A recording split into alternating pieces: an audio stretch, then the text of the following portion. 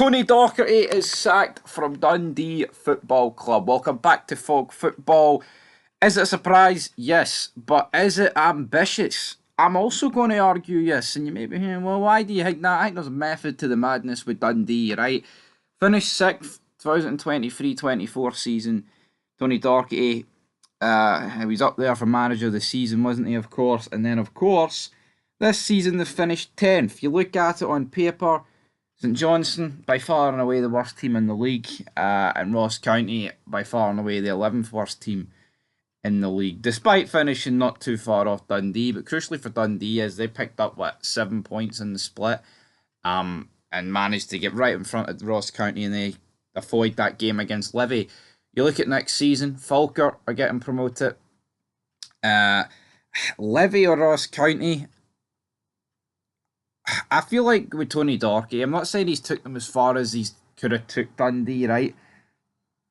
But I can understand the argument of fresh ideas, because I think looking into next season, there's a real possibility if they kept Docherty, they would be floating around 12th, 11th, 10th. I think with someone else,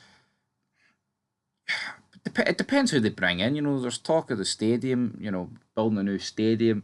But you look at Dundee's season, they have been hampered by injuries. I think out of the 12 teams in the league, Dundee have been hit the hardest with injuries. So I think it is a bit unfair. I can understand it though.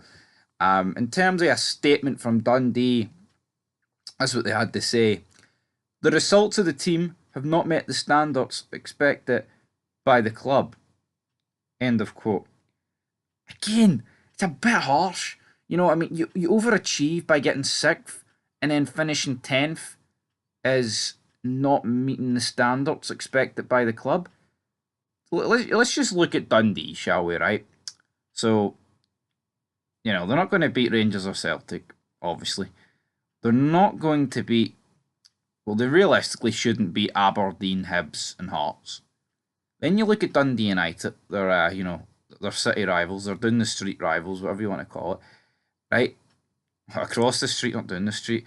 Even the Dundee United, yeah, despite being newly promoted, they're just a bigger club. They've got more money. You'd expect them to finish above Dundee.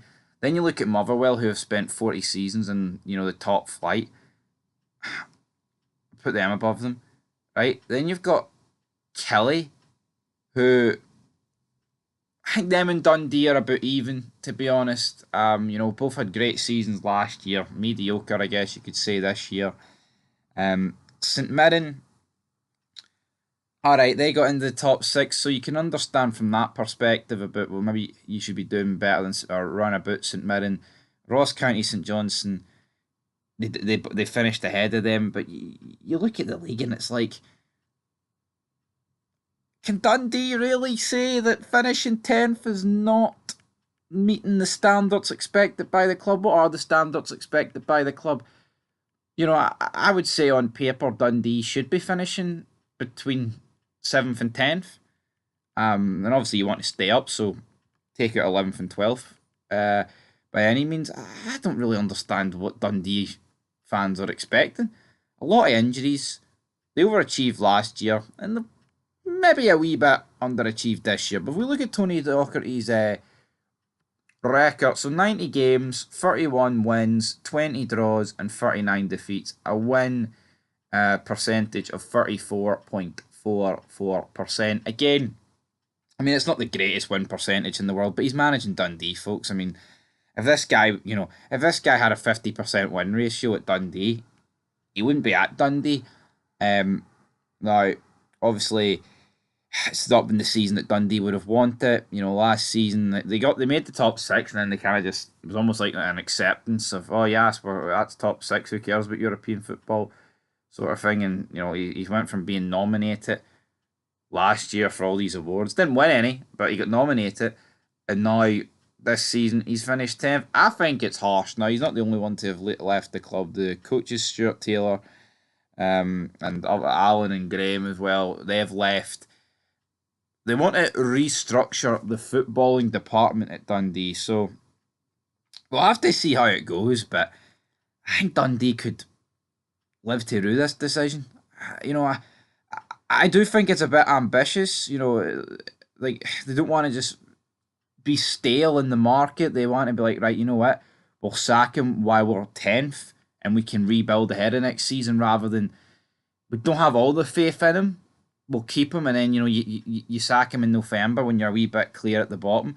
I understand it for Dundee, but you can definitely weigh up both sides of it. Tony Docherty will feel really hard done by. But at the same time, I can kind of understand Dundee's point of view getting rid of him. Anyway, guys, he's sacked. Barry got the boot. Yeah, I say Barry got the boot yesterday. I guess he got the email or whatever that he's not getting the Rangers job, but we knew that. Tony Docherty now sacked. The season is over. Of course, we just have the Scottish Cup to play, and then that is it. We're heading into June. Transfers galore, you name it. Can't wait to talk about it. Go through our pre-season predictions last year and this year. It's a summer of mayhem ahead, but aye, a wee bit harsh on Tony Docherty.